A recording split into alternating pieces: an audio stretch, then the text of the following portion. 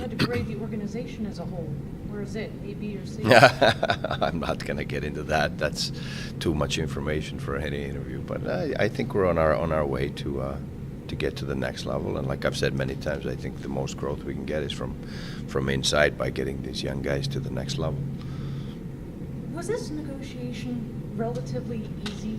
Todd seems like an easygoing guy, someone who wants to be here. Was this fairly easy to pull off? Well, they're never easy. I mean, everybody has their own arguments, and it's a part of the business that we're in.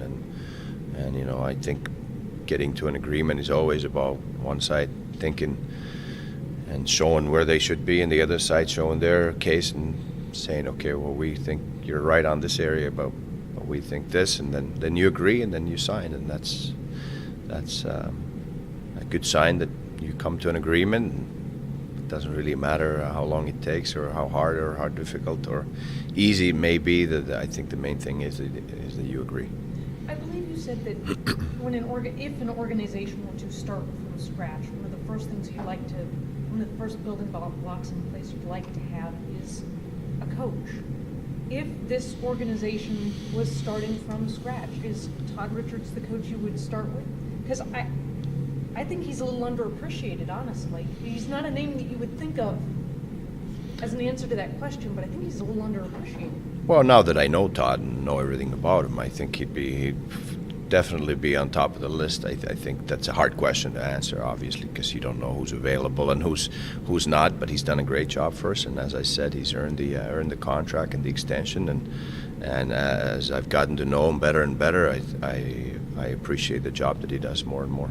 Jarmo, is the Eastern Conference becoming a little more like the West day by day? I mean, Todd's here, the Red Wings moved over. Now you've got Barry Trotz in the West.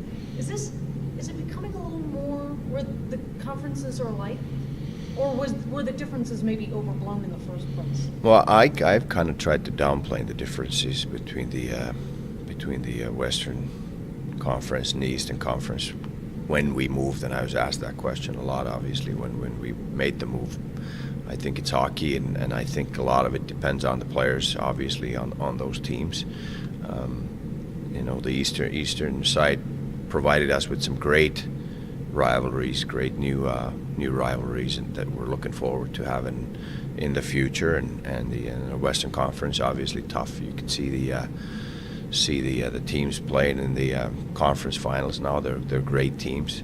In the beginning, it looked like Western Conference was winning a lot of games against the Eastern Conference, but I think it all evened out at the end. And if you look at the records against each other now, it's pretty even. This league has great parity and 30 good teams, so there's never an easy night whether you're in the East or in the West, that's for sure. Last question from me. Was today's announcement the start of what you anticipate to be a busy summer or a quiet summer, or somewhere in between? I don't know if you ever get a quiet summer in this job, in this league, that's for sure. So I don't expect that, but I don't know how busy it will be. It seems like we're pretty busy all the time, but that's the good part. I think we don't get dull too often here at the office.